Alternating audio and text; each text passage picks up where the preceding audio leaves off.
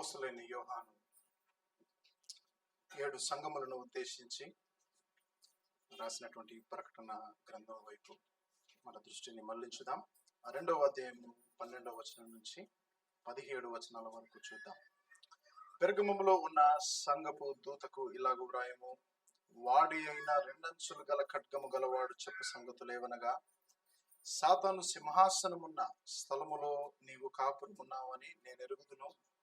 మరియు సాతాను కాపురమున్న ఆ స్థలములో నాయందు విశ్వాసి అయ్యుండి నన్ను గూర్చి సాక్షి అయిన అంతిపయను వాడు మీ మధ్యను చంపబడిన దినములలో నీవు నా నామమును గట్టిగా చేపట్టి నా యందలి విశ్వాసమును విసర్జింపలేదని నేను ఎరుగుదును. అయినను నేను నీ మీద కొన్ని తప్పిదములను మోపవలసి ఉన్నది. అవేవనగా, విగ్రహములకు బలిచ్చిన వాటిని తినినట్లును, జారత్వము చేయనట్లును, ఇశ్రాయేలీయులకు ఉరియొడ్డుమని బాలాకునకు నేర్పిన బిలాము బోధను అనుసరించువారు నీలో ఉన్నారు.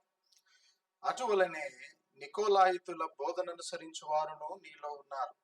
కావున మారు మనస్సు పొందుము, లేని ఎడల నేను మీ యొద్దకు త్వరగా వచ్చి నా నోట నుండి వచ్చు ఖడ్గము చేత వీరితో యుద్ధము చేసేదను. సంగములతో ఆత్మ చెప్పుచున్న మాట చెవి గలవాడు వినుగాక. జయించువానికి మరుగయున్న మన్నాను భుజింపనిత్తును, మరియు అతనికి తెల్ల రాతి నిత్తును. ఆ రాతి మీద చెక్కబడిన ఒక కొత్త పేరు ఉండును.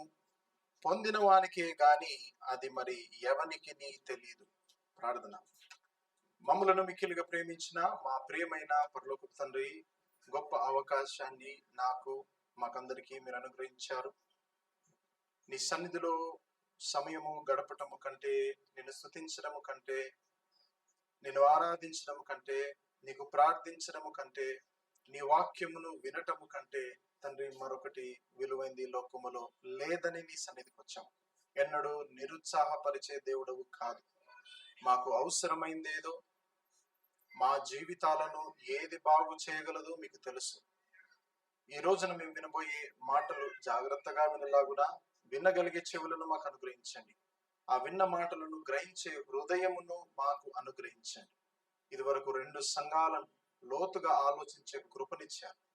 మరొక సంఘం వైపు మేము చూస్తూ ఉంటుండగా మా మనోనేత్రములను తెరిచి మమ్మల్ని బాగు చేసి, ఇలాంటి బలహీనతలు మాలో ఉంటే సరిచేయవలసిందిగా మీ సన్నిధిలో మేము కోరుతూ ఉంటున్నాం. ముందున్న సమయాన్ని మాకు ఆశీర్వాదకరంగా, దీవెనకరంగా చేయండి. నిలబడ్డ నీ దాసునైన నన్ను నీ సిలువ చాటున మరుగుపరుచుకొనమని యేసు క్రీస్తు నామములో ప్రార్థించి వేడుకుంటున్నాము తండ్రి.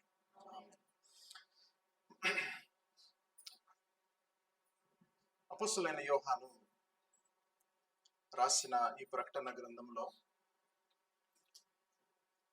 7 పత్రికలు కూడా ఇందులో ఉన్నాయి.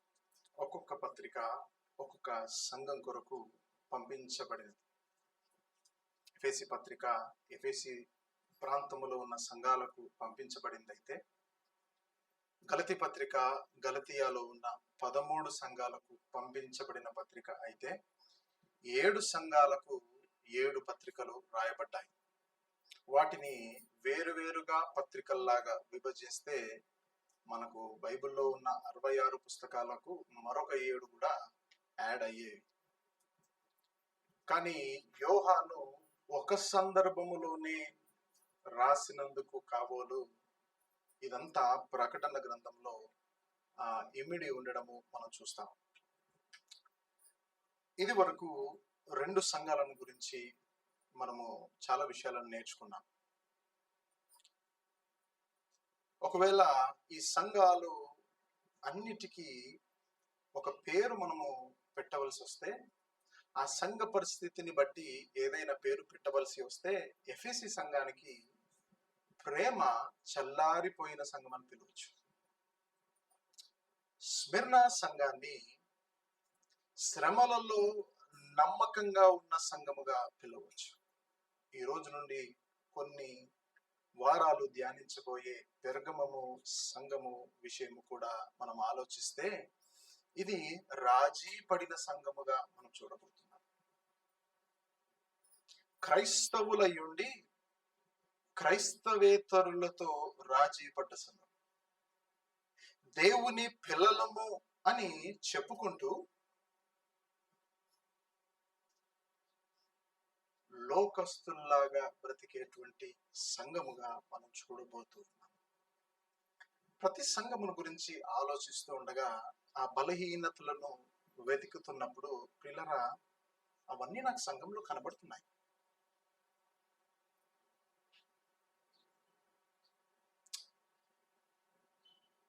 ఈరోజు పెర్గమం సంఘమును చూస్తున్నాము. ఈ సంఘము రాజీ పడ్డ సంఘం అంట. అంటే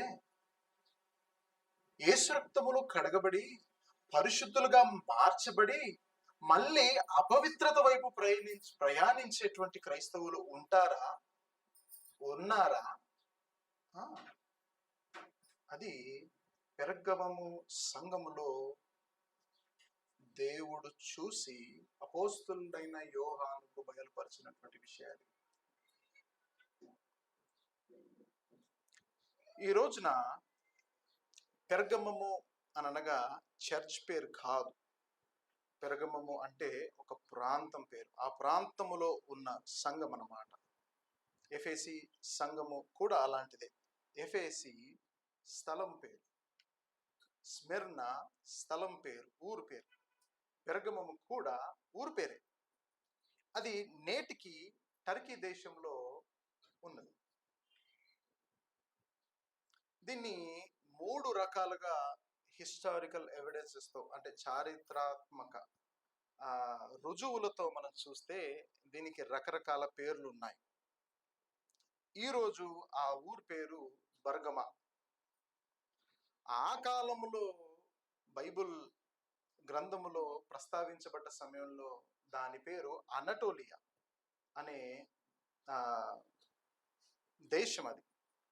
దాని తర్వాత దాన్ని రోమన్ ప్రావిన్స్ అని అన్నారు. అంటే రోమా సామ్రాజ్యము అని పిలిచారు. కానీ బైబిల్ గ్రంథంలో ఆసియా అని ఖండమును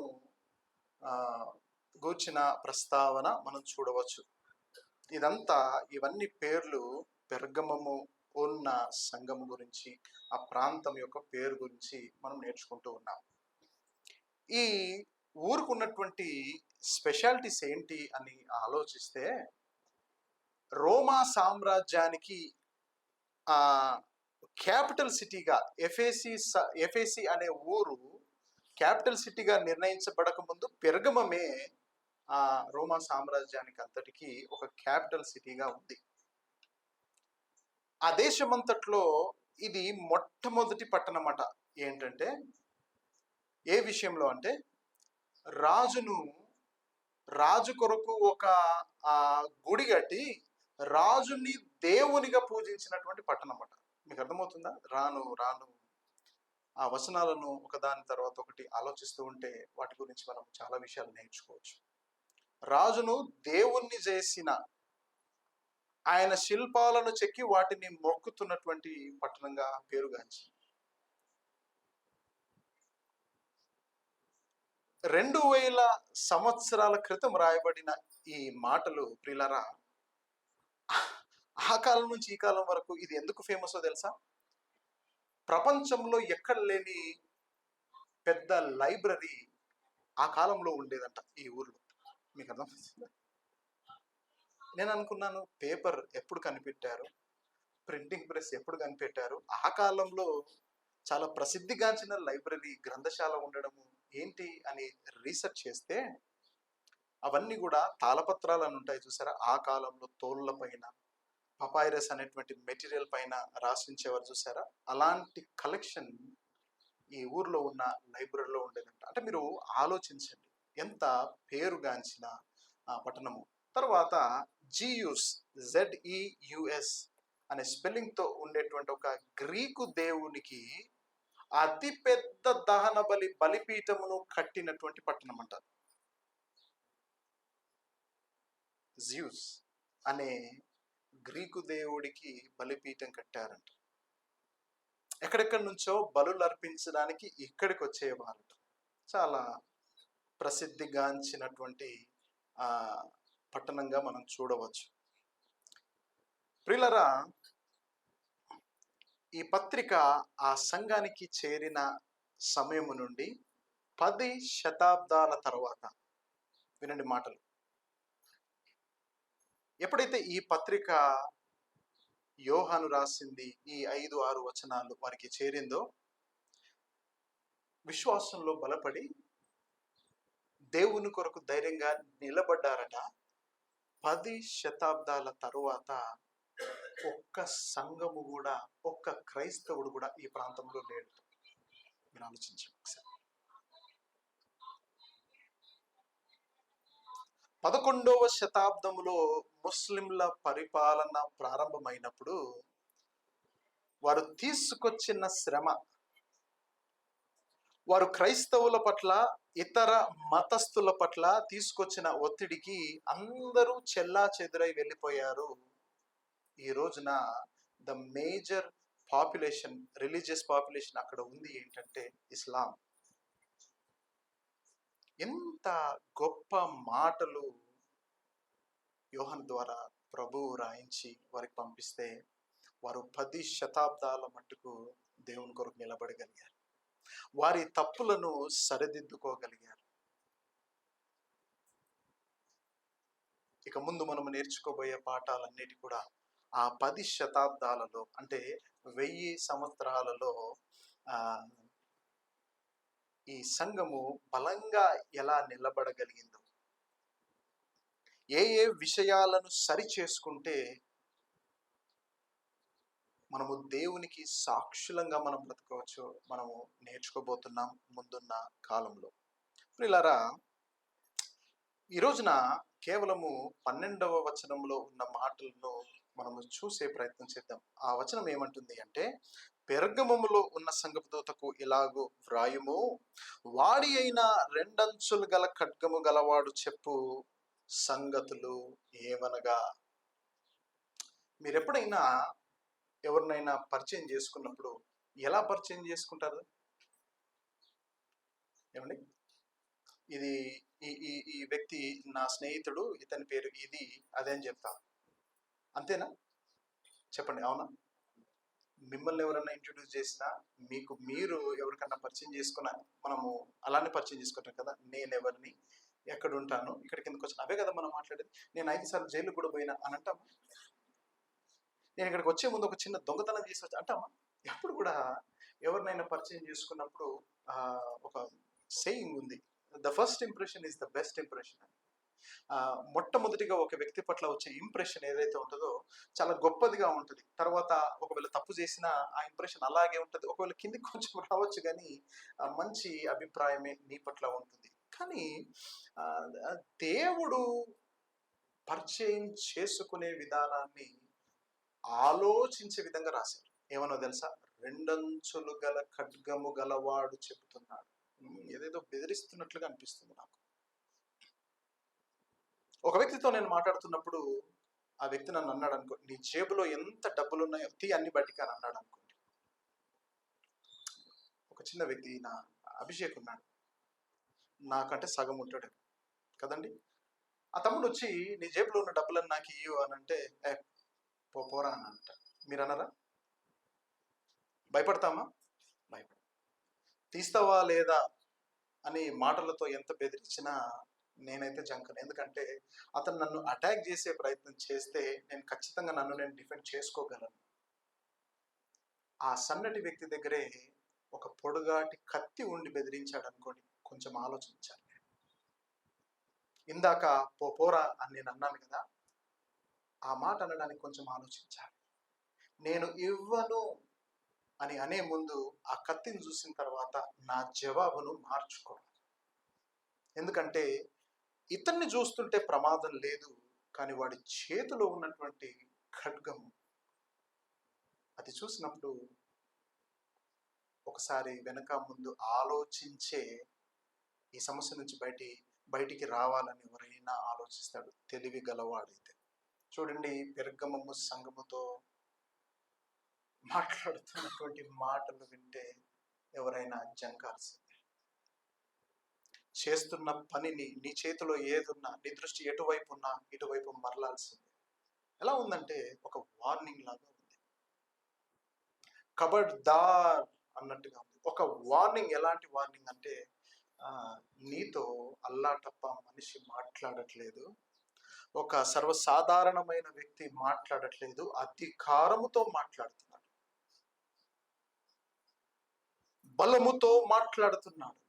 నా మాటలను నువ్వు వింటే మంచిది, లేకపోతే ఈ కత్తివాత పడతావు అన్నట్టుగా ప్రభు ఈ మాటలను రాయించడం అనేది ఏ మనిషి అయినా ఆలోచించాలి. నీతో ఎప్పుడన్నా అట్లా మాట్లాడిన ప్రభు దేవుని వాక్యమును అలా విన్నప్పుడు అలా ఎప్పుడైనా ఆ వాక్యమును భావించావు? ఎందుకు ఖడ్గం గురించి మాట్లాడుతున్నాడు ప్రభు? ఖడ్గము గురించిన ప్రస్తావన ఎందుకు పెర్గమము సంఘంతో మాట్లాడాడు? ఇది వరకు మాట్లాడిన సంఘాలతో, రాబోయే కాలంలో మాట్లాడబోయే సంఘాలతో రకరకాల ఇంట్రొడక్షన్స్ ఇచ్చాడు. ఒక దగ్గర ఎఫెసు సంఘంతో అంటాడు 7 నక్షత్రాలు చేతి పట్టుకోలేని అంటుంటాడు. అది చూడండి ఆయన శక్తి ఎంత గొప్పదో. నక్షత్రాలను చేతిలో పట్టుకోగలిగినటువంటి మహానుభావుడైన గొప్ప శక్తి కలిగినటువంటి సౌరభౌముడిలాగా ఆ మాటలో మనకు కనిపిస్తాం. పెర్గమము దేశంలో ప్రాంతంలో కానివ్వండి, ఆ కాలం అంతట్లో కూడా గన్స్ లేవు కదండి.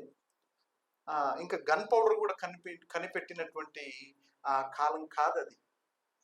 బాణాలు, ఖడ్గాలు మాత్రమే. రాజు ఏదైనా దేశానికి శాసనం చేస్తే కత్తెత్తి ఫైనల్ వర్డిక్ట్ ఇస్తాడు. తెలుసా మీకు?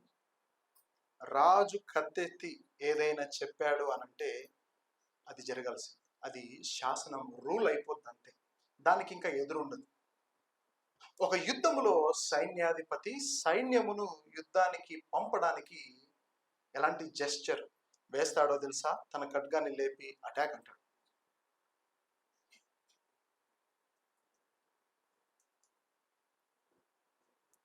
అంత ప్రాధాన్యత అధికారుల చేతిలో ఉన్నటువంటి ఖడ్గానికి ఉండేది.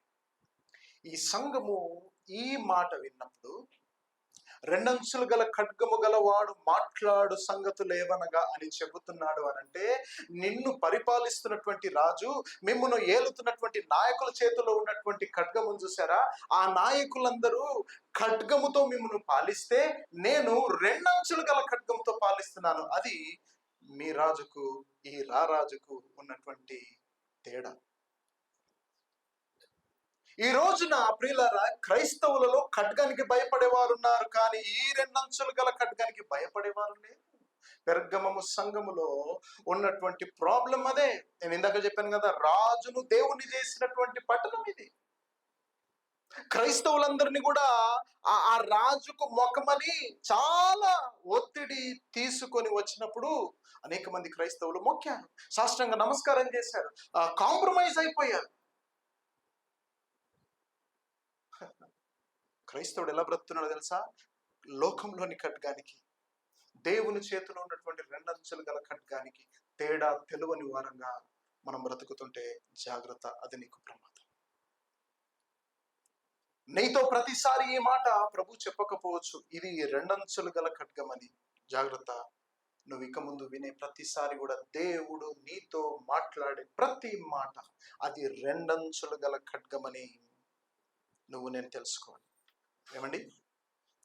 దేవుని వాక్యముతో ఈ రెండంచులు గల ఖడ్గము పోల్చబడింది. హెబ్రీ పత్రిక నేను చూపించబోతున్నాను. కానీ ఈ మాట ఏదైతే ఉందో, పెర్గమం సంఘంతో అన్నాడు కదా, రెండంచులు గల వాడి అయిన ఖడ్గము గలవాడు చెప్పు సంగతులు ఏమనగా అని అంటున్నాడు కదా, ఈ పిక్చర్ ని యోహాను చూశాడట. చూద్దామా ఒకసారి? 1వ అధ్యాయం 19వ వచనంలో ఉంది, 16వ వచనంలో చూడండి. ఈయన దర్శనములో ఈ రెండంచులు గల ఖడ్గం గలవాడిని చూశాడు. చూసి ఏం చేశాడో చూద్దాం. ఆయన తన కుడి చేత 7 నక్షత్రములు పట్టుకొని ఉండెను, ఆయన నోట నుండి రెండంచులు గల ఖడ్గం. అనండి మీరు నాతో, ఆయన నోట నుండి రెండంచులు గల వాడి అయిన ఖడ్గం ఒకటి బయలువెళ్ళుచుండెను. తర్వాత ఏం చేశాడు? ఆ ఖడ్గాన్ని చూసి ఎలా స్పందించాడు అనేది మనం చూస్తే 17వ వచనం ఉన్నది. నేను ఆయనను చూడగానే చచ్చిన వాని వలె ఆయన పాదముల యొద్ద పడేది. ఏమండి, మీరు చూస్తున్నారా ఈ మాట? ఇప్పుడు నన్ను చూడాలి, మీరు తీయొద్దు, డిస్ప్లేలో వస్తుంది కదా, వినండి బాగా. ఈ సన్నివేశాన్ని చూశాడు. పెర్గమము సంఘముతో దేవుడు తన్ను తాను ఎలా పరిచయం చేసుకుంటున్నాడో అది కేవలము పత్రిక చదవడం ద్వారా, వాళ్ళు వినడము చదవడం ద్వారా నేర్చుకోవడం జరిగింది. ఇక్కడ యోహాను ఆ సన్నివేశాన్ని చూస్తున్నాడు. దేవుణ్ణి ఎలాంటి వాడుగా చూశాడంటే, ఆయన నోట రెండంచులు గల ఖడ్గము కనబడినప్పుడు ఆయన చచ్చిన వాని వలె పడిపోయాడట. ఎవరైనా? అపోస్తులైన యోహాను, ఆయన సహోదరుడైన యోహాను, ఆయనతో తిరిగినటువంటి యోహాను, ఆయన పిలుచుకున్నటువంటి అపోస్తులైనటువంటి యోహాను, ఆయనతో పాటు ప్రయాణించినటువంటి యోహాను. మీరు చూడండి ఎలాంటి రియాక్షన్, ఎలాంటి స్పందన. రెండంచులు గల ఖడ్గమైన దేవుని వాక్యం చూసినప్పుడు క్రైస్తవులు ఇలా స్పందించారు. ఈయన స్పందనలో రెండు అభిప్రాయాలు మనకు రావచ్చు. నాకు వచ్చినవి మీతో చెప్తాను. అందులో మొదటిది ఏంటంటే, ఒకటి భయంతో ఇలా స్పందించుంటాడు, రెండవది భక్తితో స్పందించుంటాడు. రైట్? ఏమైనా వింటున్నారా? సడన్ గా మీ బాస్ కానీ, మీ సార్, మీ టీచర్ కానీ రాగానే సడన్ గా లేచి నిలబడతారు కదండి. లేచి నిలబడతారు కదా? నిలబడరా? మరి నేను వస్తే ఎప్పుడు నిలబడరు? ఏమంటే నిలబడతాం కదండి. చిన్నప్పుడు నేర్పిస్తారు, లే లే లే అని. అంటే ఇలా మర్యాద చేయాలి వచ్చినటువంటి సార్కి, టీచర్కి, లేకపోతే అధికారికి ఇవ్వాలని చెప్తూ ఉంటారు. ఒకానొక సమయంలో ఇవ్వబుద్ధిగాక కూర్చున్నాం అనుకోండి, ఏమైంది? ఆయన అలుగుతాడా?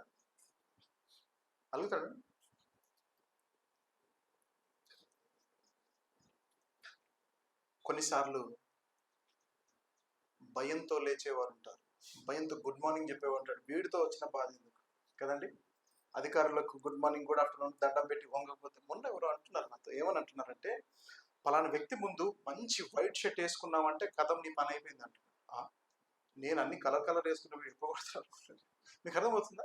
ఈ మధ్యలో ఒక పాలిటిషియన్ గురించి ఒక వ్యక్తి అంటున్నాడు నాతో, అన్న ఆయన చాలా డేంజరస్ వ్యక్తి, చూడడానికి అట్లా కనబడతాడు, కానీ ఎవరన్నా ఆయన కంటే మంచి వైట్ షర్ట్ వేసుకున్నాడంటే వాడి మీద కన్ను ఉంటుంది, వాడిని ఒత్తిపడేస్తాడు షర్ట్ వేసుకున్నందుకంట. ఏమండి? ఒక అధికారికి మర్యాద ఇవ్వకపోతే అంత నష్టమా? రెండంచులు గల ఖడ్గాన్ని చూసినప్పుడు భయంతో స్పందించేవారు ఉంటారు. రెండవ గుంపు భక్తితో స్పందించేవారు ఉంటారు. దేవుని యందలి విశ్వాసం ఉంచి నీతిమంతులుగా బ్రతికేటువంటి వారు భక్తితో సాష్టాంగ పడిపోతారు. దేవుని వాక్యం ముందు శిరస వహించేస్తారు. ఎంత బాధ పెట్టేటువంటి మాట చెప్పినా దాన్ని పాజిటివ్ గా తీసుకొని దేవుని వాక్యమునకు లొంగిపోతారు. ఇంకా భక్తిహీనులు ఉంటారు చూసారా, వాడికి దేవుని వాక్యం అంటే ఎప్పుడూ భయమే. అందుకే చర్చికి రారు, చర్చికి వచ్చిన వాక్యమును వినరు.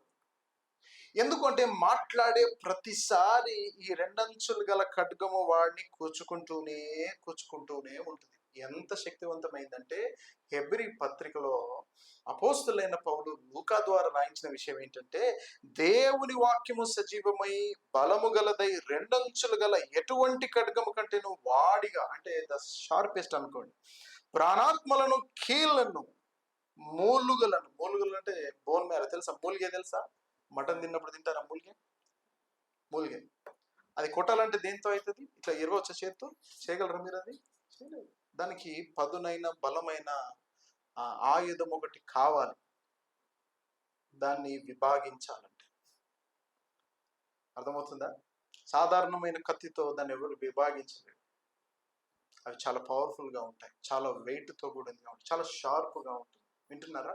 వాటన్నిటికంటే కూడా షార్పెస్ట్ అని ఇక్కడ దేవుని వాక్యముని గురించిన ఇంట్రడక్షన్. నువ్వు ఎట్లా తీసుకుంటావు నాకు తెలియదు, కానీ నువ్వు వినే వాక్యం ఎంత శక్తివంతమైందంటే, నువ్వు ఏ వాక్యాన్ని అయితే నిర్లక్ష్యం చేస్తున్నావో, ఎప్పుడైతే దేవుడు నీతో మాట్లాడుతున్నప్పుడు నువ్వు దాన్ని నిర్లక్ష్య పెడుతున్నావో, ఆ వాక్యముకు ఎలాంటి శక్తి ఉందంటే, నువ్వు దాన్ని నీ హృదయంలోనికి రాణిస్తే, నీ చెవులో నుంచి నీ మనసులోనికి నువ్వు రానియగలిగితే, దాని గురించి నువ్వు ఇంటికి వెళ్ళిన తర్వాత ఆలోచించగలిగితే, అందులో ఏం మేలుందని నువ్వు కొంచెం సమయం దాని కొరకు నువ్వు కేటాయించగలిగితే, అదేం చేయగలదో తెలుసా? అది సజీవమై బలము గలదై రెండంచులు గల ఎటువంటి ఖడ్గం కంటే కూడా వాడి అయింది కనుక నీ ప్రాణాత్మలను, నీ కీళ్లను, మూలుగులను విభాగించినంత మట్టుకు అది దూరుతూనే ఉంటుంది. నువ్వు ఎంత వాక్యమును ధ్యానిస్తే, ఎంతగా దేవుని వాక్యమును హత్తుకుంటే ప్రేమేటువంటి వాళ్ళారా, నీ లోపల దాగి ఉన్న, ఏమంటే మీకు కనబడుతుంది కదా, ఇక్కడ చర్మం కనబడుతుంది, కొంచెం లోపలికి వెళ్తే మాంసం కనబడుతుంది, కొంచెం లోపలికి పోతే ఎముకలు కనబడుతున్నాయి, అక్కడ లోపల దాగుంటుంది మూలికలో ఉండేటువంటి సారము. అంత లోపలికి కూడా పోగలిగినటువంటిది దేవుని వాక్యము. నీ జీవితంలో కార్యం చేస్తలేదంటే దాన్ని వెళ్ళనివ్వట్లేదు. నువ్వు భయముతో పారిపోతూ ఉన్నావు, భయముతో నువ్వు పారిపోతూ ఉన్నావు, దానికి ఎదురుగా నిలబడలేకపోతున్నావు, ఇందులో ఏం మేలు ఉందని నువ్వు చూడలేకపోతున్నావు. అందుకే ప్రేమటువంటి వాళ్ళ ఇట్లాంటి కార్యము నీ జీవితంలో జరగట్లేదు.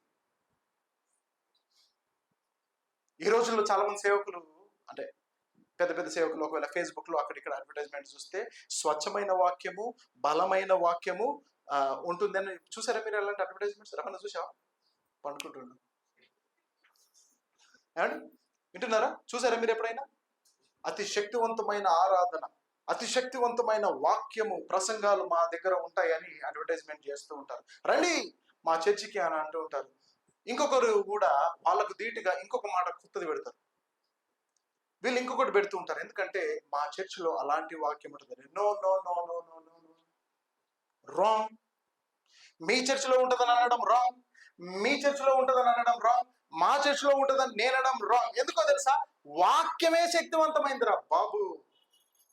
ఆ వాక్యము చిన్న సంఘంలో గుడిసెలో మాట్లాడినా శక్తివంతమైంది, పెద్ద ఫంక్షన్ హాల్లో మాట్లాడినా అది శక్తివంతమైంది.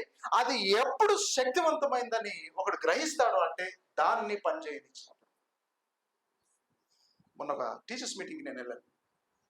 మన బైబిల్ కాలేజ్ టీచర్స్ నలుగురు ఉన్నారు కదా, వాళ్ళతో మాట్లాడుతున్నప్పుడు ఎట్లా ఉంది అన్న సంఘము, సంఘంలో చాలా మంది బైబిల్ కాలేజ్ చేశారు కదా, ఎలా ఉంది? నేను అన్నాను, బాబా చాలా గుడ్లు పెడుతున్నాయి, ఒక్కటి పిల్లలు అయితే లేవని చెప్పారు. వింటున్నారా? వింటున్నారా? చాలా గుడ్లు పెడుతున్నాయి కోళ్ళు, అవి ఎవరికి ఉపయోగపడదు, ఎవరికి లాభం లేనటువంటిది. శ్రమ అంత వ్యర్థమైపోయింది. ఒకప్పుడు ఇంచుమించు 10 సంవత్సరాలు అయిందా, 8 సంవత్సరాలు అయిందా, ఒకటి పంపించాను నేను బైబిల్ కాలేజ్కి. ఇట్లానే ఆసక్తి చూపిస్తే మంచి సేవకుడు అవుతాడు, మంచి దైవజనుడు అవుతాడు, నాకు సహకారి అవుతాడు. వాళ్ళమ్మ చనిపోకముందు అలా ప్రతిష్ఠించింది వాళ్ళ కుమారుణ్ణి. అది నా దృష్టిలో ఉంది, మా నాన్న చెప్పిన మాటలు దృష్టిలో ఉన్నాయి, ఆయన ఇచ్చిన సాక్ష్యం దృష్టిలో ఉంది. బైబిల్ కాలేజ్ పంపించా. ప్రియులారా, బైబిల్ కాలేజ్ చాలా సక్సెస్ఫుల్ గా ముగించుకొని వచ్చాడు. ఈ రోజు రోడ్ల మీద తిరుగుతున్నాడు. ఏంటి ఏంటి?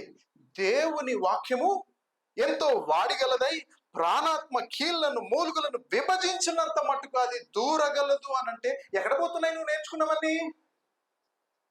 ఎక్కడ పోతున్నాయి నువ్వు నేర్చుకున్నవన్నీ? సేవకుడి శ్రమ వ్యర్థమైపోయింది, దేవునికి నీ పట్ల ఉన్న ప్రణాళికలు వ్యర్థమైపోతున్నాయి, నిన్ను నువ్వు నాశనం చేసుకుంటున్నావు. ఏం సాధిస్తున్నావు? నీతో మాట్లాడుతున్నటువంటి దేవుడు సామాన్యమైన వాడు. చూస్తున్నావు కదా, చాలా ఈజీగా తీసుకుంటున్నావు కదా, ఎందుకంటే నీకు దేవుడు ఈజీగా కనబడుతున్నాడు. క్షమించే కృప కలిగినటువంటి వాడుగా, సమాధానముతో కనబడేటువంటి దేవుని నువ్వు చూస్తున్నావు.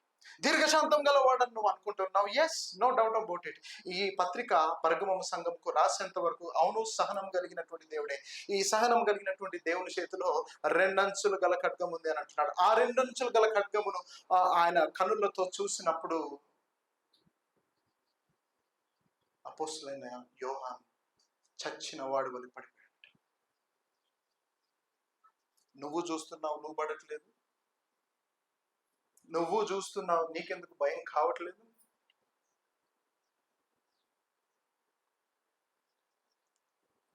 మూడు విషయాలు చెప్తాను. ఈరోజు సమయం లేదు, 3ంటికి ఒకటి చెప్తాను.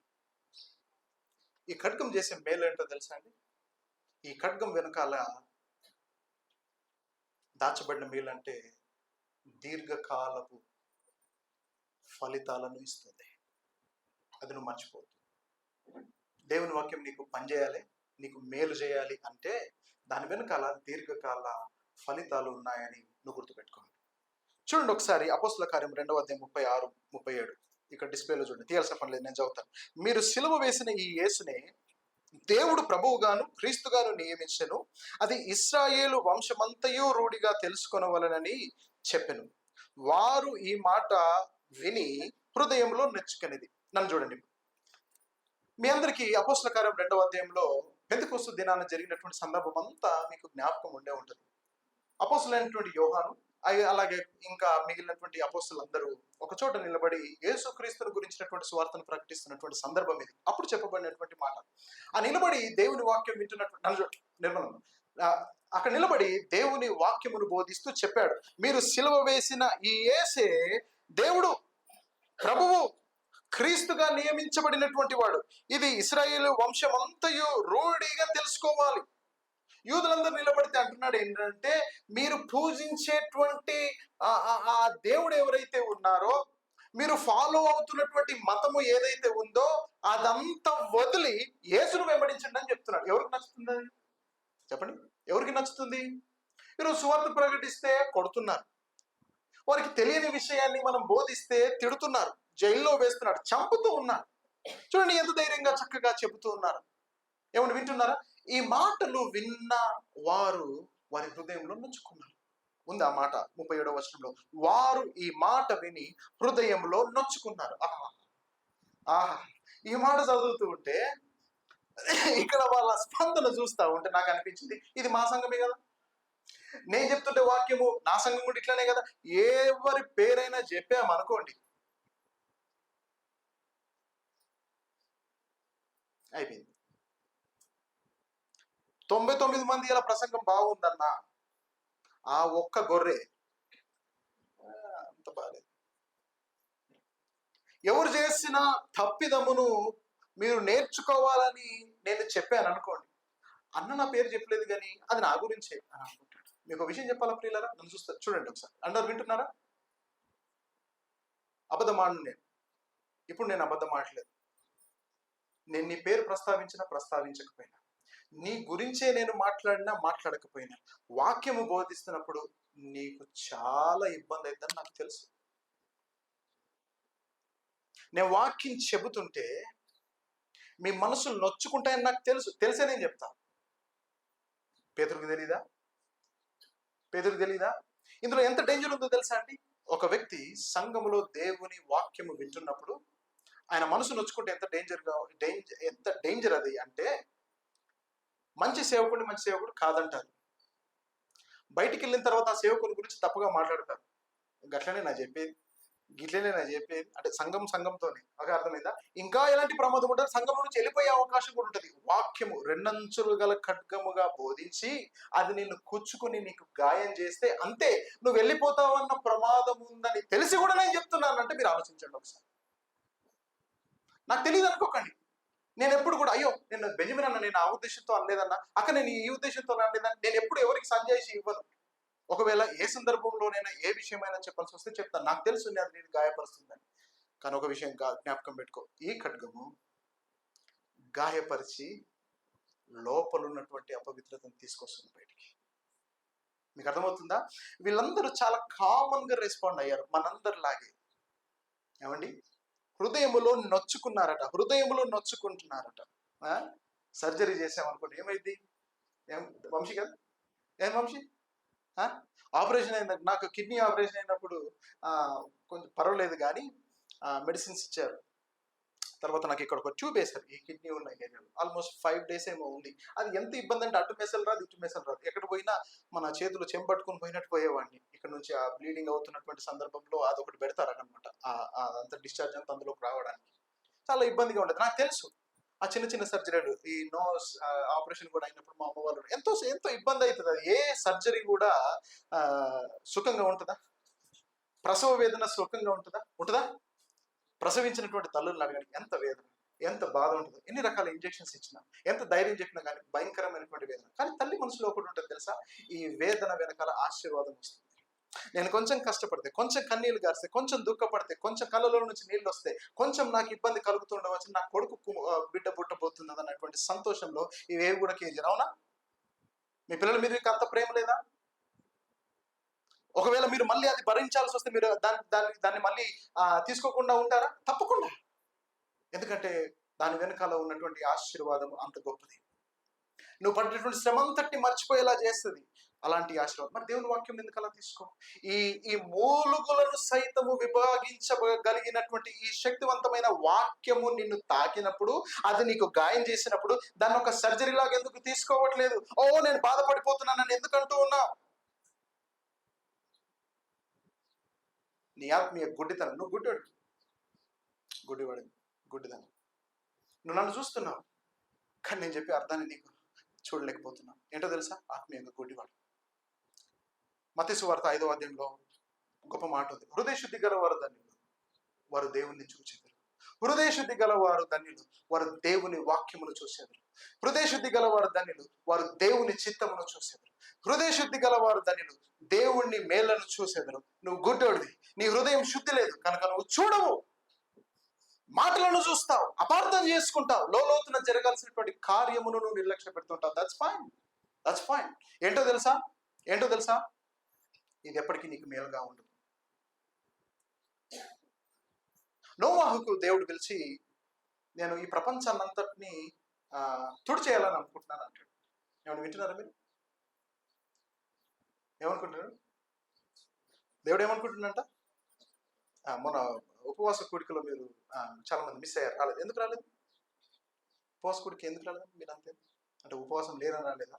ఉపవాస ప్రార్థన మీద నమ్మకం లేదా? ఎట్లా అంత ఉపవాసం ఉండి అలసిపోయి నడవలేని పరిస్థితిలో ఉన్నారు? ఉపవాస ప్రార్థనలో నోవాహు ఓడ ప్రయాణం గురించి మాట్లాడి, మళ్ళీ వచ్చే ఉపవాస కూడికలో వచ్చే నెలలో దాని గురించి రెండో మాటలు నేను చెప్పబోతున్నాను. వీళ్ళైతే రండి దాని గురించి. నేనేం చెప్పాను అనంటే, నోవాహుకు దేవుడు చెప్పాడు, నేను తోడు చేస్తా, నిన్ను మాత్రం బతికిస్తా. అర్థమవుతుందా? కానీ నువ్వు ఒక పని చేయాలి. నీ నీతిని బట్టి నేను నిన్ను కాపాడతా. ఇప్పుడు నేను చెప్పే పనిని నువ్వు నమ్మకంగా చేస్తే నేను ఈ ప్రమాదం నుంచి తప్పిస్తా. మీకు అర్థమవుతుందా? బాగా గమనించాలి ఈ మాట. నోవాహు ఒక ఓడను నిర్మించడానికి 120 సంవత్సరాలు గడిపి, ఆయనకు తెలియదు అంత సమయం పడుతుందని. ఇది పెద్ద ప్రాజెక్ట్ అని తెలుసు. ఎంతమంది ఇక్కడ ఇల్లు కడుతున్నారు? కన్స్ట్రక్షన్ జరిగింది ఎవరిదా? ఈ రీసెంట్గా మోషే వాళ్ళకి జరిగింది అనుకుంటా. అవునా? మోషే ఎక్కడ ఉన్నారు? మోషే, మీరు గృహప్రవేశం అయిందా? మీరే కదా ఈ మధ్యలో ఇల్లు కట్టిందంటే? వాళ్ళు కట్టి ఉంటారు. వాళ్ళు ప్రారంభించిన డేట్, ఆ కన్స్ట్రక్షన్ వాళ్ళ చేతిలో ఉంటుంది, డెడికేషన్ వాళ్ళ చేతిలో ఉంటుంది. తెలుసా మీకు ఏ రోజు ఎగ్జాక్ట్గా అవుతుందో? కదా, చాలా కష్టం. మెటీరియల్ దొరకకపోతే ఇబ్బంది, డబ్బులు లేకపోతే ఇబ్బంది, పనులు సహకరించకపోతే ఇబ్బంది. అవునా కదా? నోవాహు పరిస్థితి కూడా అట్లానే అయింది. ఎంత పెద్ద ప్రాజెక్ట్ దేవుడు తీసుకొచ్చి పెట్టాడు. ఎంత శ్రమ అనుకున్నారు, ఎంత ఇబ్బంది అనుకున్నారు. సొంత పనులన్నీ పక్కన పెట్టాల్సి వచ్చింది, ఎప్పుడు మోయనంత బరువు మోయాల్సి వచ్చింది. మీకు వింటున్నారా? 120 సంవత్సరాలు ఒక భయంతో ఈ పని చేశాడు. అమ్మో, ఎక్కడైనా రంధ్రం ఉంటే, ఎక్కడైనా మొలలు సరిగ్గా కొట్టకపోతే, ఎక్కడి నుంచైనా నీళ్లు లోపలికి వచ్చే అవకాశం ఉంటే, నేను చేసిన డిజైన్ ఒకవేళ దేవుడు చెప్పినట్టుగా నేను చేశానని నేను అనుకున్నా, దేవుడు దీన్ని కొట్టేసి ఇంకోటి చేయమనంటే, మీకు అర్థమవుతుందా? ఈ భయంతో 120 సంవత్సరాలు చేశాను. ఇది సామాన్యమైన ప్రాజెక్ట్ కాదు. కానీ ప్రియులారా వినండి, కానీ ఇంత కష్టపడుతూ, ఇంత చెమటోరుస్తూ, ఇంత దుఃఖమున్న బాధ ఉన్న పనిని పూర్తి చేశాడు. ఎందుకో తెలుసా? ఈ శ్రమ వెనుక ఏముందో తెలుసా? There is life after this project.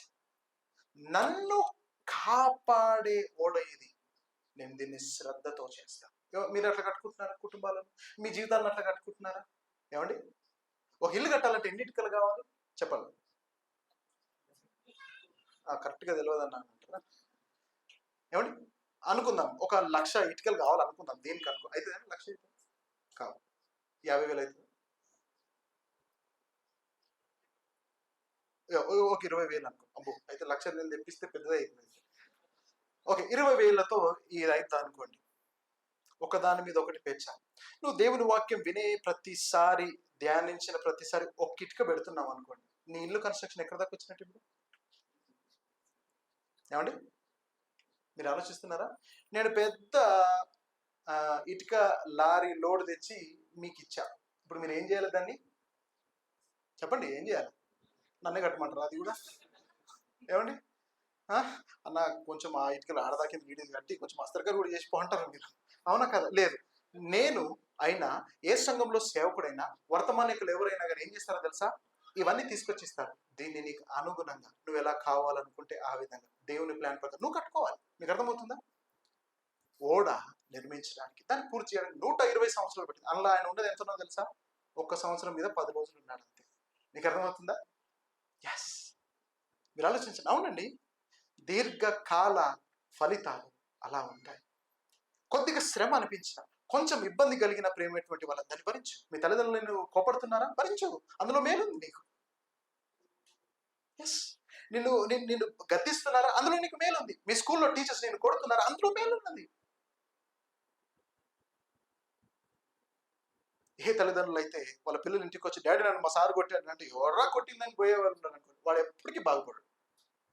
అర్థమవుతుందా? పోయారా మీరు ఎప్పుడన్నా?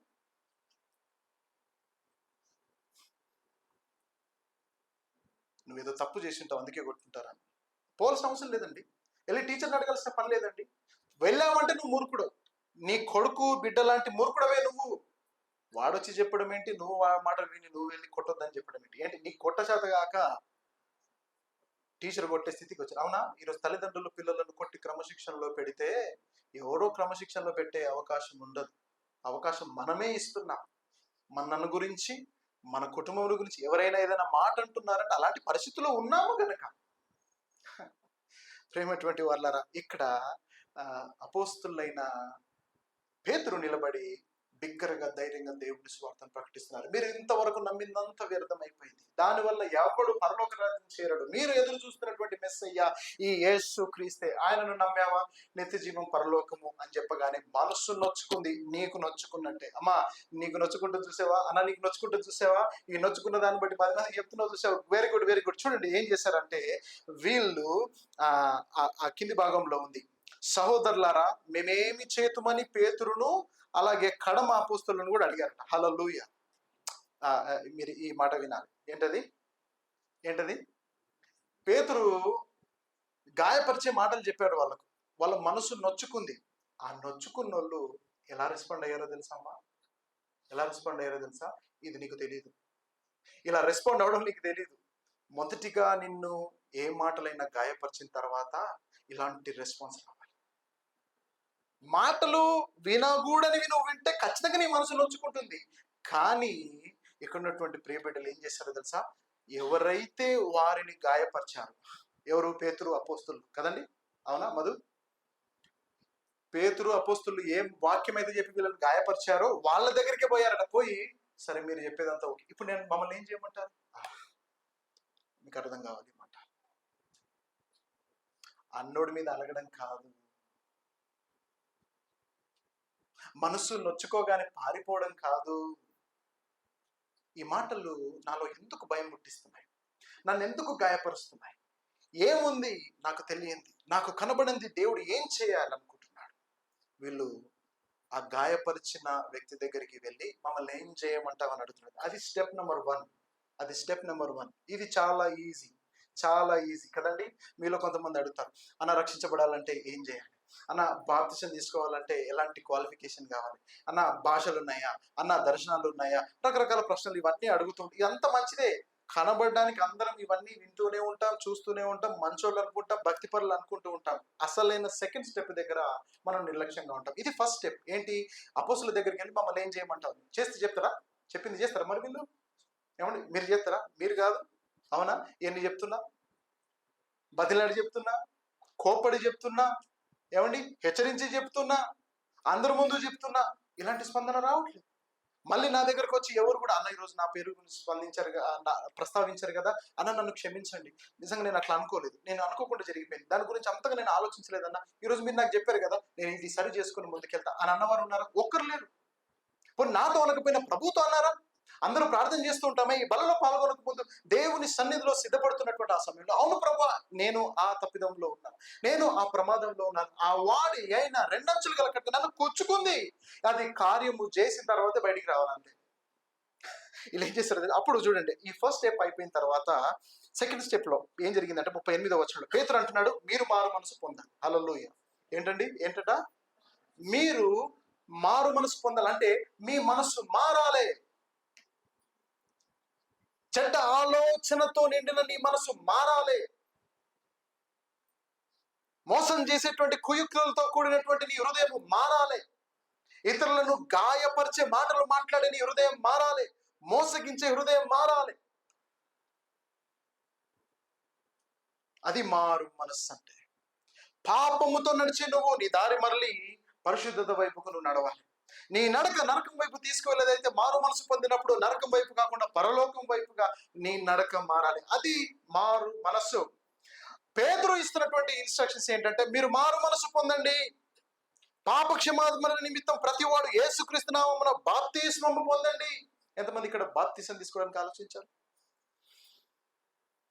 ఏమండి, బాప్తిసం తీసుకోవడానికి ఎంతమంది ఆలోచించారు? నీకు పాపి అనే సువార్త నీకు వినిపించబడ్డది. యేసుక్రీస్తు నా హృదయంలోకి రా అని నువ్వు అడిగావు, నువ్వు రక్షించబడ్డావు, దేవుని యొక్క కుమారుడు కుమార్తె నువ్వు అయ్యావు. కానీ బాప్తిసం తీసుకోవడానికి ఎంతమంది ఆలోచించుంటారు? ఏమండి, తమ్ముడు ఏమైంది? డిస్ప్లే రావట్లేదు. చక్కని కొన్ని ఫొటోస్ ఉంటాయి, చూపిద్దాం అనుకున్నాను. ఏమంటే వింటున్నారా? మీరందరూ కూడా మారు మనసు పొంది బాప్తిసం తీసుకోవాలని చెప్పారు. కానుకేయమంటే ఏదో కొద్ది వేసిపోతాం, కానీ ఈ మారు మనసు పొందడం, బాప్తిజం తీసుకోవడం చాలా కష్టం.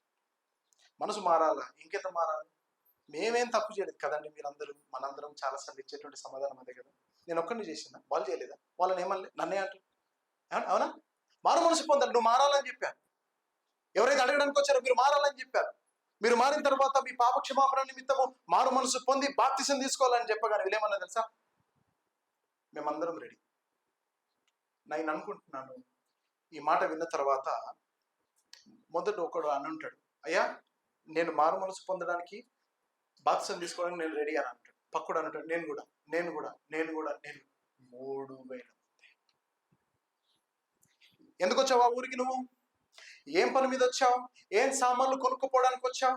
ఏ చుట్టాల ఇంటికి వచ్చావు? నువ్వు వచ్చిన పని ఏంటి? అక్కడ చేస్తున్నటువంటి పని ఏంటి? ఎప్పుడైనా అలాంటి ప్రాధాన్యత దేవుని వాక్యముకి ఇవ్వడం నువ్వు ఎప్పుడైనా గమనించావా? అలా దేవుని వాక్యమునకు నువ్వు లోబడ్డం తెలుసా? నీకు చుట్టాల ఇంటికి వెళ్ళావు, ఆదివారం రోజు ఇక్కడికి ఆరాధనకు నువ్వు రాలేకపోయావు, కానీ ఎక్కడైనా దేవుని సన్నిధిలో నేను గడపాలి ఈరోజు. ఏ ఆదివారం నా జీవితంలో ఉండదు, ఏ బుధవారం నా జీవితంలో ఉండకూడదు, ఈరోజు నేను ఉపవాసం లేకపోతే దేవుని సన్నిధిలో ఉండాలని ఆరాటం ఉందా?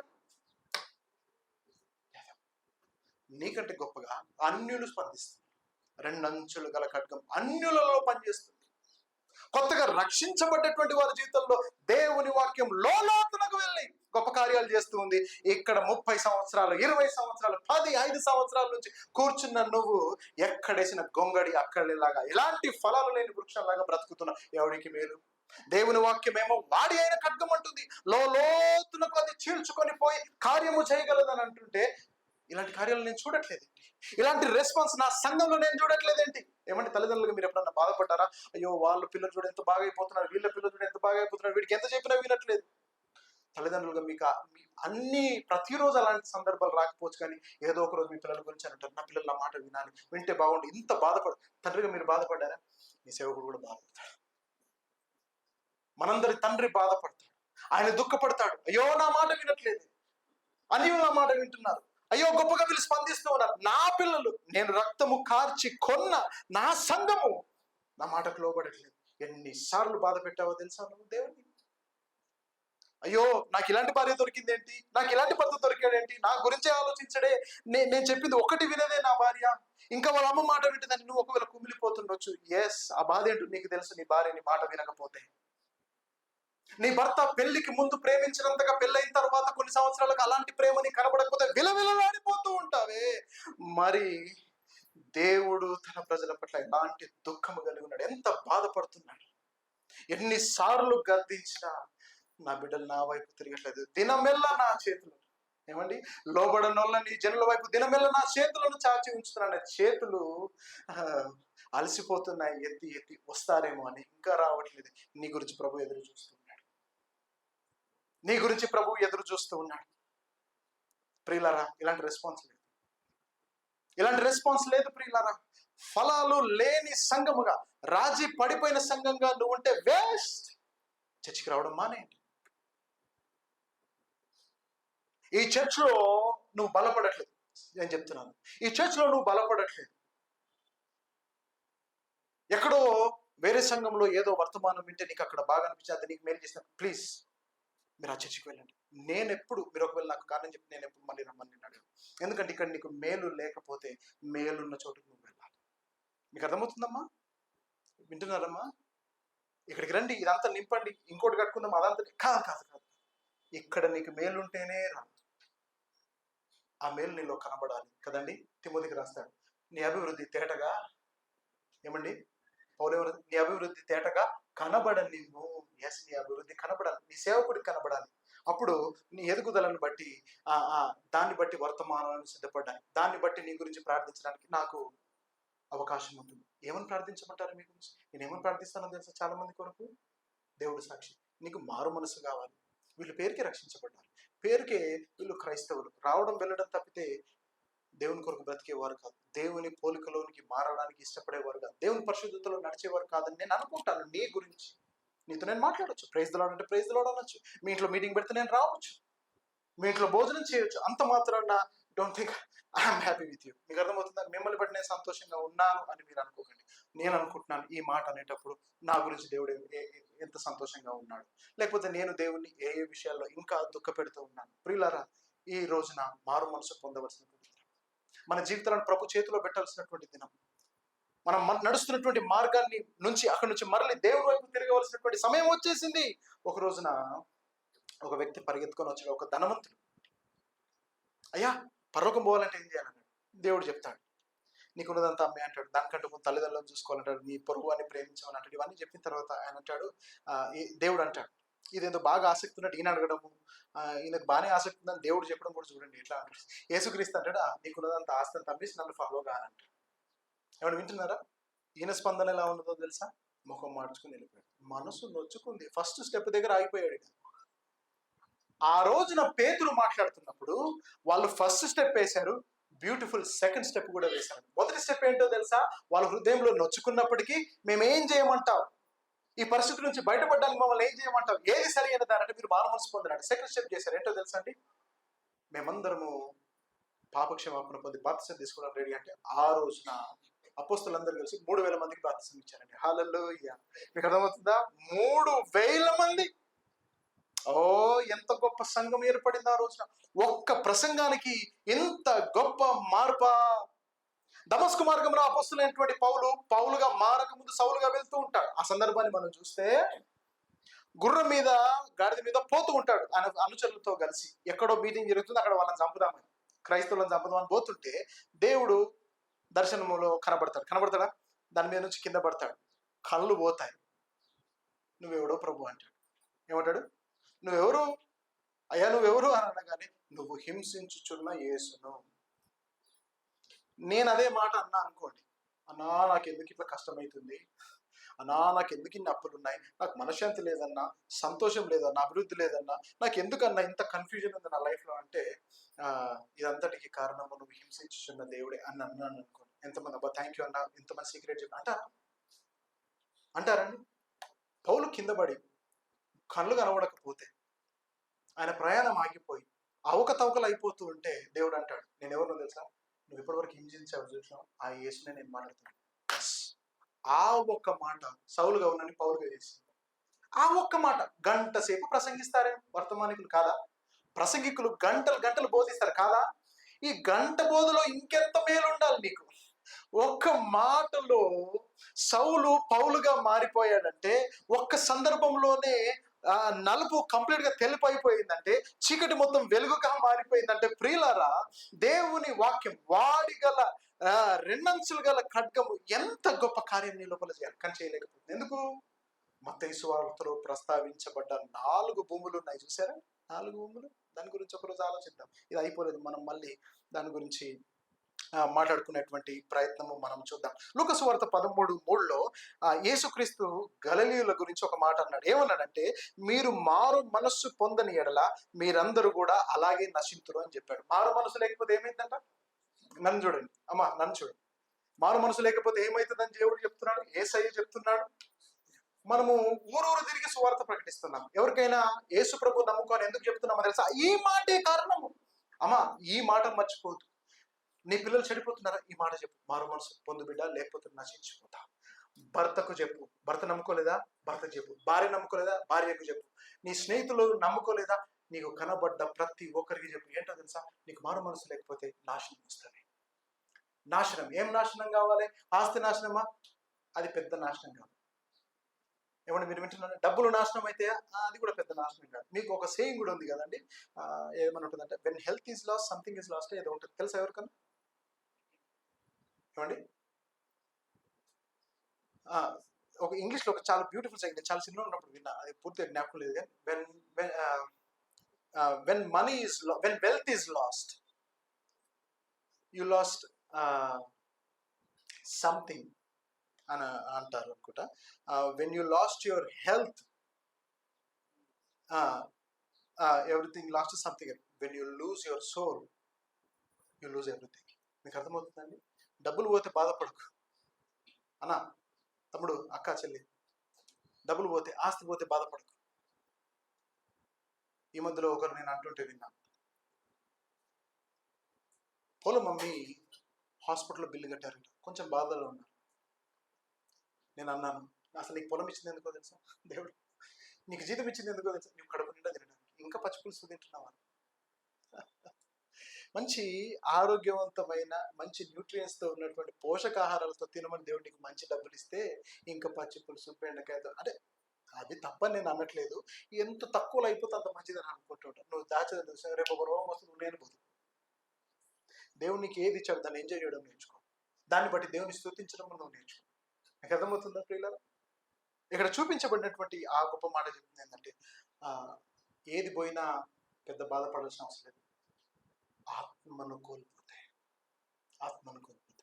ఒకడు అంటాడు కదా, ధనవంతుడు కదండి, ఆయన పైరు పంట అంతా చూసి పెద్ద పెద్ద కట్టిస్తాడు. ఏమండి, బాండ్స్ అంటారు ఇంగ్లీష్లో. ఏమండి, ఈ ఈ ఈ గ్రెయిన్ అంతా దాచేస్తారు. ఇది ఈ విత్తనాలన్నీ ఏమంటారు దాన్ని తెలుగులో, మర్చిపోయినాయి, ధాన్యాగారం. అర్థమవుతుందా? అని అనుకుంటాడు, ఇంత పంట వచ్చింది, ఈ ఈ ధాన్యం అంతా నేను ఎక్కడ దాచాలి, అయితే నేను కొత్త ధాన్యాగారం నేను నిర్మిస్తా అని కొత్త అన్ని చేపించి ఆ ఎక్కువగా వచ్చినాయి అన్ని కూడా అందులో దాచాడట. దాచి చేరేసుకొని కూర్చొని వాటి వైపు చూస్తాను. నా ప్రాణమా తినుము, తాగుము, సుఖించుము, ఎంజాయ్ చేయాలంట. అప్పుడు దేవుడు మాట్లాడతాడు, ఏంటి, ఈ ధాన్యము, ఈ ధాన్యాగారము, ఈ డబ్బులు, ఇవన్నీ చూసి అయిపోయింది, నా జీవితంలో అన్ని సాధించాను, ఇంతకంటే సుఖం ఏముంది అనుకుంటున్నావా? ఓరి పిచ్చోడ, ఈ రోజు రాత్రి నువ్వు చస్తే నీ ధాన్యము దానాగారం ఎవరు తింటాడు? అసలు ఈ ధాన్యం అంతా తినడానికి నువ్వు బతుకుంటావా? మీకు ఒకవేళ ఎప్పుడన్నా ఆలోచిస్తే చెప్పండి, ప్రశ్నకు సమాధానం. ఒక మనిషి బతుకున్నంత కాలం ఎన్ని సంవత్సరాలు బియ్యం తింటాడు చెప్పు?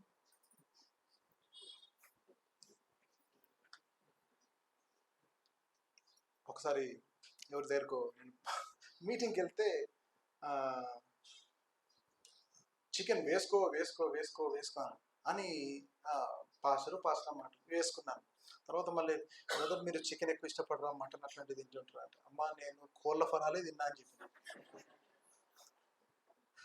10 కిలోలు 20 కిలోలు కాదు, నేను పుట్టినప్పటి నుంచి లెక్కేస్తే కొన్ని కోళ్ళ ఫరాలు అయిపోయి ఉంటాయి, అంత తిన్నా. ఇది కొత్త ఏం కాదు, నాకు అలవాటు. మీరు ఒకవేళ ఎన్ని బియ్యం సంచులు తిని ఉంటారు? రైస్ మిల్లులే కదా, అవునా కాదు? వీడు అనుకుని ఉంటాడు, నా జీవితం అంతా సరిపోతుంది, ఒకవేళ మిగిలితే నా పిల్లలు కూడా తింటారు అని అనుకోవచ్చు. దేవుడు అంటున్నాడు, ఈ రోజు రాత్రి వచ్చే నీ ఆత్మ గురించి ఆలోచన లేదా? రేపు నేను ఏం తినాలి, వచ్చే సంవత్సరం ఏం తినాలని ఆలోచిస్తున్నావు కదా, ఏం పరగకూడదు. నువ్వు చచ్చిపోతే ఏం కాదు, వారం రోజులు ఏడుస్తారు. వారం తర్వాత ఎవరైనా వస్తే వాళ్ళ కొరకు మళ్ళీ ఏడవలసి వస్తుంది కాబట్టి ఏడుస్తారు. సంవత్సరం తర్వాత కూడా ఏడుస్తారు, ఎందుకంటే సంవత్సరం అంతా ఏడవరు. అది గుర్తు, నేను చెప్తున్నా, యథార్థంగా చెప్తున్నాను. ఎందుకంటే ఏ వ్యక్తినైనా ఏ రోజైనా మర్చిపోవాల్సిందే. నేను చేస్తే నా భార్య పరిస్థితి అంతే, నా భార్య చేస్తున్నా, నువ్వు చేస్తే నీ భార్య పరిస్థితి. ఎస్,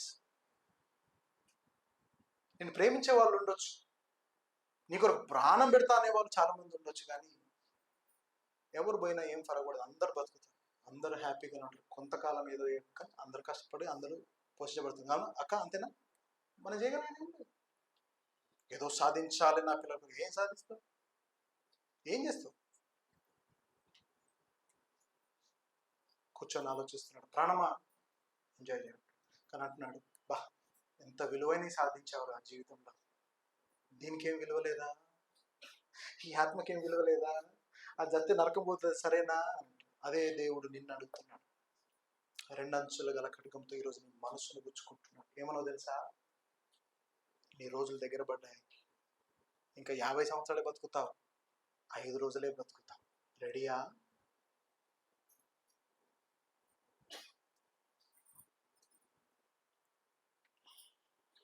మీరు మారు మనసు పొందని ఎడల మీరందరూ కూడా అలాగే నశించుతారు. ప్రియులారా, మారు మనసు పొందండి. మారు మనస్సు పొందండి. ప్రభువా, నా మనస్సును మార్చు అని ప్రార్థన చేయి. నీ ప్రార్థన కూడా మారిపోవాలి. నీ ప్రార్థన కూడా మారిపోవాలి. నువ్వు ప్రార్థనలో నీ శరీర సంబంధమైన అవసరతలు, ప్రభువా జీతం పెరగాలి, ప్రభువా ఇది పిల్లలు, ప్రభువా నాకు ఉద్యోగం ఇవన్నీ చేస్తుంటావు కదా. నువ్వు శరీర సంబంధంగా చేసేటువంటి ప్రార్థన అవసరతల లిస్ట్ కంటే ఆత్మ సంబంధమైన లిస్ట్ అవసరతలు ఎక్కువ ఉండాలి. వీటి కొరకు ప్రార్థించే సమయం నువ్వు ఎక్కువగా గడిపితే అది బంద్ చేయి. ఆత్మ సంబంధమైన వాటి గురించి ఎక్కువగా ప్రార్థించడము ప్రారంభించు. ఎందుకో తెలుసా? గాయుని గురించి చెప్పబడ్డ మాట ఏంటంటే, ఆత్మ వర్ధిల్లితే అన్ని విషయాలలో వర్ధిల్లుతావురా బాబు. ఎస్, నీ ఆత్మ వర్ధిల్లాలంటే ఈ రెండంచులు గల ఖడ్గమును నువ్వు పని చేయనివ్వాలి. బాధ అవుతుందా? గాయం అవుతుందా? దుఃఖం వస్తుందా? ఎస్, ఈ వాక్యం అనే రెండంచులు గల ఖడ్గం గాయపరచక మానదు. ఈ గాయాన్ని బట్టి కలిగేటువంటి బాధను బట్టి తప్పించుకున్నావో, పారిపోయావో ఆ ధనవంతుడిలాగా, నీ జీవితంలో నీకంటే సులభమైంది ఏంటో తెలుసా? సూది బెజ్జములో నుంచి ఒంటెపోవడం. సూదులకు దారం ఎక్కించుడే. ఏం ఈ టైలర్ పని చేసే వాళ్ళు కొంతమంది ఉన్నారు, వాళ్ళు చాలా ఈజీగా చేస్తారేమో, కానీ ఇట్లా అనంగా చూసారా మీరు? అంట కొత్తగా చూస్తుంటా, మీరు చూసిన టైలర్ మరి అత్తగట్ట చూస్తే అదే కదా, ఇట్లా పెట్టి దాన్ని ఎంతో జాగ్రత్త ఇది పోవడం ఇట్లా అంటుంటారు. అది ఇటు పోతుంది. అది తెలుసుకుంది అనుకోండి, మధ్యలో ముందట అంటే 2 రూపాయలు తెలుసుకుందంటే అది పోదు ఇంకా లోపలికి. దాన్ని స్ట్రైట్గా చేసి దాన్ని అట్లా చేయాలి. అవునా? సుతిల దారం కూడా పోదు, పొద్దా బట్టలు కొట్టే సుతులు పోదు. కానీ దేవుడు ఏమన్నాడు తెలుసా? ఒంటె పోయే అవకాశం ఉందని వీడు పోయే అవకాశం లేదు. నిజమండి, అంత స్ట్రాంగ్గా ప్రభువు రియాక్ట్ అయ్యాడు. నువ్వు ఎప్పుడైతే దేవుని వాక్యం విని చాలా చాలేవా అంటుంటావో దేవుడు అంటాడు. ఎప్పుడైతే దేవుని వాక్యం వినడానికే నువ్వు ఇష్టపడవో దేవుడి మాట అంటాడు. నీకంటే ఒంటే పరలోకం పోయే, లేకపోతే సూది బెజ్జంలో నుంచి పోయే అవకాశం ఉంది, కానీ నీలాంటికి నాలాంటికి. నిజమా? ఎలాంటి స్పందన మనం చూస్తున్నాం? తాత్కాలికమైన బాధను మనం ముందు పెట్టుకొని దీర్ఘకాల ఫలితాలను మనం నిర్లక్ష్యపెడుతున్నాం. రాబోయేటువంటి ఆశీర్వాదం, ఎస్, ఒకరోజు వర్షం పడబోతుంది. ఎలాంటి వర్షమో తెలుసా? కొండపోత వర్షం. ఆకాశపు వాకిలను నింపేస్తాడు, భూగర్భ జలాలను దేవుడు పుట్టించేస్తాడు. అది దేవుడు భూమిని తుడి చేయాలంటే అలాంటి ప్లాన్ చేస్తాడు. ఏదో చిన్న తుంపురు వర్షం పడితే ఇదే అని అనుకోవచ్చు. నో, ప్రపంచంలో ఓడ తప్ప, ఆ నీళ్ల పైన తేలుతున్న ఓడ తప్ప ఇంకా ఏమీ లేదు. ఏమీ లేదు. నేను ఆలోచించాను, ఏంటో తెలుసా? ఈ నోవా వాళ్ళ కుటుంబం అంతా ఓడలో ఎక్కే ముందు ఇంట్లోకి వెళ్ళి ఏమేమి తెచ్చుకుని ఉంటాడు? ఏం తెచ్చుకుని ఉంటాడు చెప్పండి? ఏం తెచ్చుకుని ఉంటాడు చెప్పండి? మీరేం తీసుకుపోయేటోళ్ళు? ఒకటి సిల్క్ శారీ, ఒకటి ఏమండి కదా. నేను అనుకుంటాను వాళ్ళ భార్య ఏది తీసుకుపోదామండి, అది తీసుకుపోదామండి, ఇవన్నీ పెట్టే స్థలము అందులో లేదు. ఈ టేబుల్ మంచం ఇవన్నీ తీసుకుపోయినామంటే 2 బల్లలు బయటనే కట్టేయాలి. దేవుడు చెప్పిన ప్రకారం కట్టినా మనం రమ్మన్నాడు, తిందాము, దేవుడు బ్రతకనిచ్చినంత మటుకు. చూడండి, లైఫ్లో ఏది ఇంపార్టెంట్? దేవుడు నిన్ను బ్రతికించడమా, నీ ఆయుష్ను పొడిగించడమా, ఎవరి మీద చూపించని కృప నీ మీద చూపించడమా? ఎలా స్పందిస్తున్నావు ఈ ప్రభుకు? ఒక మాట చెప్పి నేను ముగించేస్తాను. చార్ల్స్ స్పర్జన్, మీకు తెలుసు కదా, ప్రిన్స్ ఆఫ్ ప్రీచర్స్ అనే బిరుదు ఆయనకుంది. 18th సెంచరీలో 200 సంవత్సరాల క్రితం ఉన్న ఒక గొప్ప దైవజనుడు. ఆయన ఎలా రక్షించబడాడో తెలుసా అండి? 15 సంవత్సరాల వయసులో ఉన్నప్పుడట ఆయన ఏదో పని మీద బయటికి వెళ్తున్నాడట. వెళ్తున్నప్పుడు చల్లగా ఉంటుంది కదా, మంచు పడుతుంది కదా. ఆ మంచు కాలంలో విపరీతమైన మంచు పడి నడవలేని, ముందు దారి చూడలేని పరిస్థితిలో ఉంటే అది సండే రోజు అంట. తల దాచుకుందామని చర్చిలోకి పోయాడు. మీకు అర్థమవుతుంది? బాగా చల్లగా ఉంది, నడవలేకపోతున్నా అని అల్లకి పోయాడట.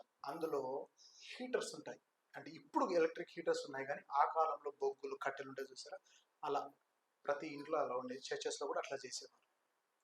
కొంచెం అలా వెచ్చగా ఉంటుందని పోయి కూర్చుంటే 45వ యెషయా గ్రంథం మీద దైవజనుడు మాట్లాడుతున్నాడు. భూదిగంతముల నివాసులారా నా యొద్దకు రండి, భూదిగంతముల నివాసులారా నా యొద్దకు రండి. దేవుడు భూమి అంతముల నుండి మనుషుని పిలుస్తున్నాడు. నేనేమో ఇక్కడే ఉన్నా. ఏంటి ఈ పిలుపు? ఈ పిలుపులో ఏముంది? ఎక్కడికి రమ్మంటున్నాడు? ఏంటి తెలుసుకున్నాడు. రక్షించబడి అక్కడి నుంచి వెళ్ళాడు. ఏమైందో తెలుసా? ఆ స్పందన ఆయనను ప్రిన్స్ ఆఫ్ ప్రీచర్స్ ని చేసి, బోధకులందరికీ రాకుమారుడు అనేటువంటి గొప్ప బిరుదు ఆయన సంపాదించాడు. ఎందుకు అనంటే, 2 అంచులు గల వాడి అయిన ఖడ్గమును గాయము చేయనిచ్చాడు. ఆ గాయము వెనకాల ఉన్న ఆశీర్వాదం, దాని వెనకాల ఉన్నటువంటి మేలును గుర్తించాడు. ఆ గాయము చేయించుకోవడానికి ఒప్పుకున్నాడు. ఆ మాటలను అంగీకరించాడు. గొప్ప కార్యము దేవుడు చేశాడు. గొప్పగా ఆ దైవజనునిగా ఆయనను మార్చి దేవుడు ఆయన్ని వాడుకున్నాడు. అట్టి సహాయం మనందరికీ దేవుడు చేయను గాక. జీవం కలిగిన మాత్రం విత్తబడ్డ వాక్యం నీరు కట్టి ఫలింపజేయమని యేసు